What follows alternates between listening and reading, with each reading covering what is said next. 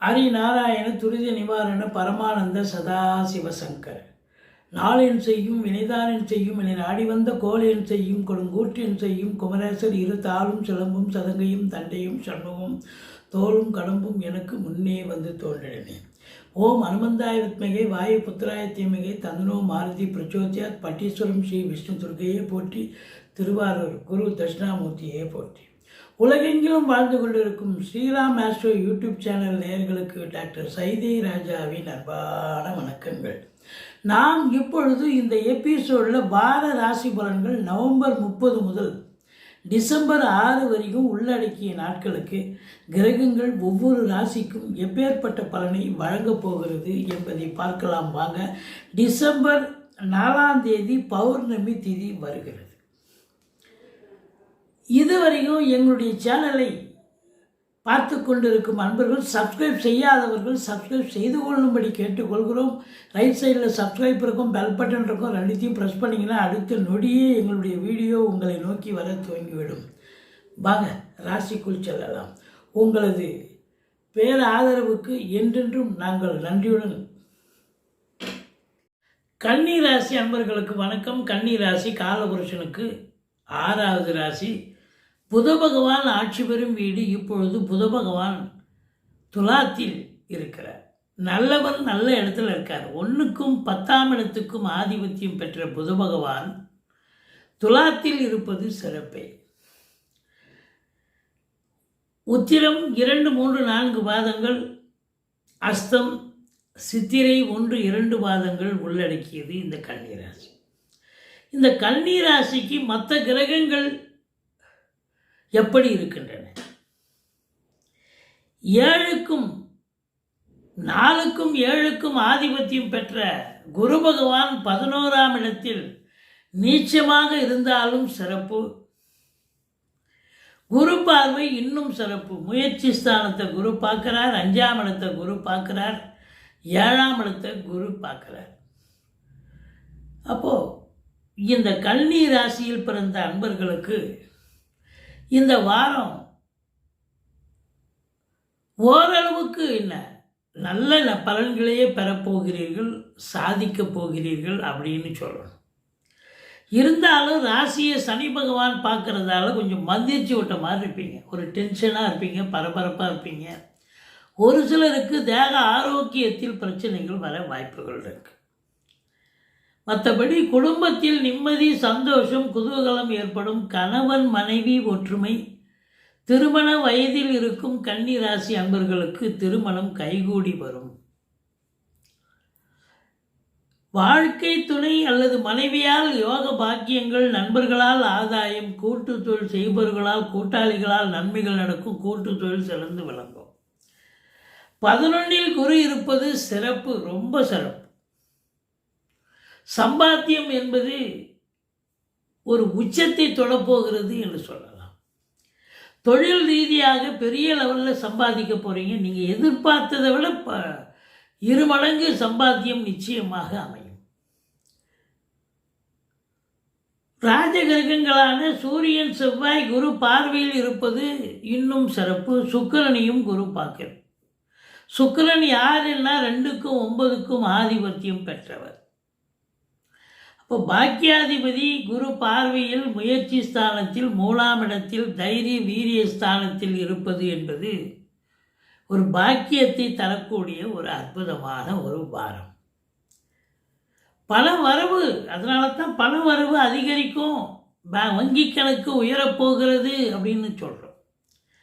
இளைய சகோதரர்கள் பரஸ்பரம் அவங்க வீட்டுக்கு நீங்கள் போக, உங்கள் வீட்டுக்கு அவங்க வர ஒரு சந்தோஷமாக இருப்பீங்க. ஒருத்தருக்கு விட்டு கொடுத்து போவீங்க.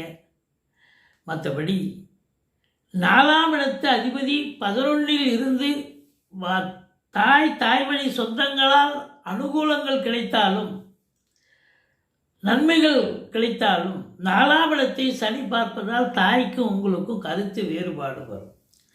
அல்லது தாய் பார்த்தீங்கன்னு சொன்னால் 4ஆம் இடம் இல்லையா, வண்டி வாகனங்கள் செலவு வைக்கும். தேக ஆரோக்கியத்தில் பிரச்சனைகள் வரும். எச்சரிக்கையாக இருந்துக்கீங்க. மருத்துவ செலவு வைக்கும், அவ்வளோதான். மற்றபடி 5ஆம் இடம் குரு பார்வையில் இருப்பது பூர்வ புண்ணிய ஸ்தானத்தை குரு பார்ப்பது என்பது சிறப்பு. குலதெய்வத்தின் அனுகிரகம் 100% கிடைக்கப் போகிறது. பூர்வீகத்திலிருந்து நல்ல தகவல் கிடைக்கப் போகிறது. சீட்டாட்டம், ரேசி, லாட்ரி, ஸ்பெகுலேஷன், ஷேர் மார்க்கெட் போன்றவற்றில் ஈடுபாடு காட்டுபவர்களுக்கு அற்புதமான ஒரு வாரம். 5ஆம் இடத்தை குரு பார்த்தாலே சந்தோஷம் குடிகொள்ளும். சந்தோஷமாக இருக்க போகிறீங்க. குழந்தை பாக்கியம் ரொம்ப நாளாக காத்திருக்கிறவங்களுக்கு குழந்தை பாக்கியத்துக்கான ஒரு அமைப்பு. மற்றபடி 6இல் ராகு, அஷ்டலட்சுமி யோகம், சூப்பர். எதிரிகளை தும்சம் பண்ணுவீங்க, ஓட வரட்டுவீங்க. கோர்ட்டில் ஏதாவது கேஸு நிலுவையில் இருக்குது, இல்லை ஒரு பஞ்சாயத்து இருக்குது, ஒரு பேச்சுவார்த்தை இருக்குது பெரியவங்க கிட்ட அப்படின்னா அது உங்களுக்கு சுமூகமாக முடியக்கூடிய ஒரு சூழல். மற்றபடி வெளிநாடு போகிறேன்னு பேர் வழி நீங்கள் போகிறீங்கன்னா தாராளமாக போகலாம். நல்ல சம்பாத்தியம் கிடைக்க போகிறது. சொந்த தொழில் பண்ணக்கூடியவர்களுக்கு நம்பிக்கைக்கு பாத்திரமான பணியாளர்கள் கிடைக்கப் போகிறார்கள். மற்றபடி 7இல் சனி இருந்த போதிலும் குரு பார்வை இருப்பது சிறப்பே. திருமண வயதில் இருப்பவர்களுக்கு திருமணம் கைகூடி வரும். மற்றபடி உங்களுக்கு அந்த சனி பார்வை அப்படின்னு பார்த்தீங்கன்னா 9ஆம் இடத்தை பார்க்குறார். ஆனால் சூரியனை குரு பார்க்குறார். அப்போ தந்தையை அனுகூலமாக இருப்பார், தந்தை சௌகரியமாக இருப்பார். ஆனால் தந்தைக்கும் உங்களுக்கும் கருத்து வேறுபாடு வரும். மற்றபடி பத்திரிகை துறை, எழுத்துத்துறை, மீடியா துறை, ஆசிரியர்கள், பேராசிரியர்கள், இலக்கியவாதிகள், சொற்பொழிவாளர்கள், ஜோதிடர்கள், வழக்கறிஞர்கள், ஆடிட்டர்கள், டாக்குமெண்ட் ரைட்டர்ஸ் அத்துணை பேர்களுக்கும் அற்புதமான ஒரு காலகட்டம். சம்பாத்தியம் என்பது ஒரு சிறப்பாக இருக்கும். அது ஒரு பெரிய பொருட்டல்ல. ரெகக்னேஷன் கிடைக்கும். ரொம்ப சிறப்பாக ஒரு பத்திரிகைகள் பாராட்டும், மீடியாக்கள் பாராட்டும், யூடியூப்பில் பாராட்டப்படுவீர்கள். இப்படி அரசாங்கத்தின் மூலம் கூட பாராட்டுதல் கிடைக்கக்கூடிய ஒரு அமைப்பு இருக்குது அப்படின்னு சொல்லலாம். சுக்கிரனும் அதே நிலைதான். சினிமா இண்டஸ்ட்ரி, தொலைக்காட்சி இண்டஸ்ட்ரி, பத்திரிகை துறை, மீடியா துறை, எழுத்துத்துறை, மற்றபடி மியூசிக், நாட்டியம், நாடகம் போன்ற பிரிவில் பணியாற்றுபவர்களுக்கெல்லாம் வேலைவாய்ப்புகள் உன்னதமாக அமையும். சம்பாத்தியம் சிறப்பாக இருக்கும். அதே நேரத்தில் ரெகக்னேஷன் கிடைக்கும். பத்திரிகைகள் பாராட்டும், மீடியாக்கள் பாராட்டும், குவியும் உங்களுக்கு. மொத்தத்தில் பார்க்கும்பொழுது உள்நாட்டு வாணிபம், வெளிநாட்டு வாணிபம், ஏற்றுமதி இறக்குமதியாளர்கள், ஷேர் மார்க்கெட்டில் இன்வெஸ்ட் பண்ணுறவங்க, ஸ்பெக்குலேஷன், ஆன்லைன் பிஸ்னஸ் பண்ணக்கூடிய நண்பர்கள், இவங்களுக்கெல்லாம் கூட பல சிறப்புகளை தரும். குறிப்பாக நிதித்துறை, நீதித்துறை, அறநிலையத்துறை, ஃபைனான்ஸ், செல்ஃப் ஃபைனான்ஸ் பண்ணக்கூடியவர்கள்,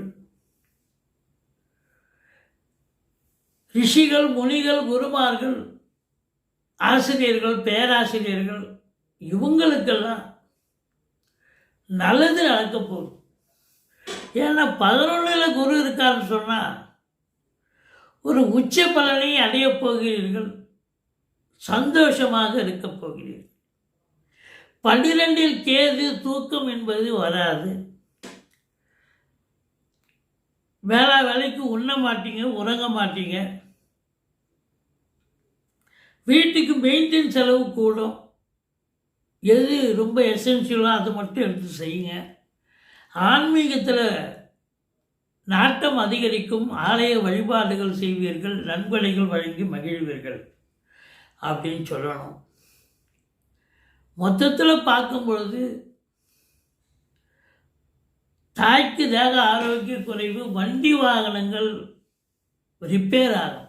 அது டொமஸ்டிக் அஃபிஷியல், அதாவது வீட்டு உபயோகத்துக்காக பயன்படுத்தக்கூடிய வாகனங்களாகட்டும், இல்லை வாகனங்களையே தொழிலாக கொண்டு செயல்படக்கூடிய சவாரி கிடைக்குதோ இல்லையோ உங்களுக்கு செலவுகள் ஏற்படும், மன உளைச்சல் ஏற்படும் என்று சொன்னால் மிகையாகாது. மற்றபடி வெளிநாடு போகணும்னு நினைக்கிறவங்க தாராளமாக போங்க.